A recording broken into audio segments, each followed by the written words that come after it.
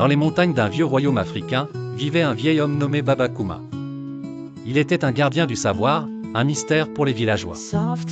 Chaque matin, il descendait la colline en silence, achetait juste ce qu'il lui fallait au marché, puis repartait aussi discrètement qu'il était venu. Un arbre immense se dressait devant sa case. Son tronc, noir comme la nuit, semblait absorber la lumière du soleil, tandis que ses feuilles brillaient d'un éclat doré. On racontait que ses racines étaient faites d'or pur, mais personne n'osait s'en approcher de peur d'une malédiction. Au sein du village vivait un jeune homme, Tamo, ambitieux et impatient. Contrairement aux autres, il ne croyait pas aux légendes. Il revendiquait l'or, la gloire et la richesse. Il se persuada que Baba Kuma détenait un secret inavoué et décida d'agir.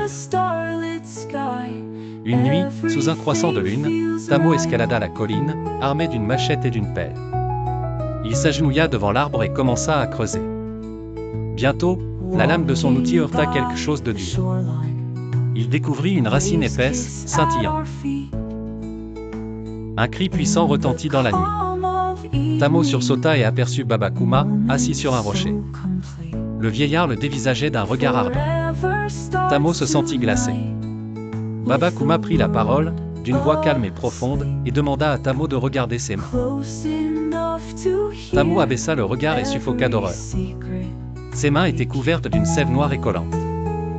Baba Kuma expliqua que cette sève représentait l'avidité, qui reste accrochée à ceux qui cherchent la richesse sans la nourrir. Tamo était désemparé. Baba Kuma posa une main sur le tronc de l'arbre et expliqua que les racines de l'arbre ne sont pas en or, mais en travail, en patience et en savoir. Celui qui désire l'or sans comprendre ce qui nourrit tout finit par s'étouffer. Tamo comprit enfin la leçon.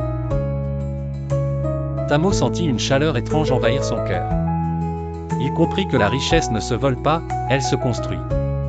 Les trésors les plus durables sont ceux qui grandissent lentement. Dès lors, il ne courut plus après les gains faciles, mais observa, écouta et apprit. Les ans passèrent.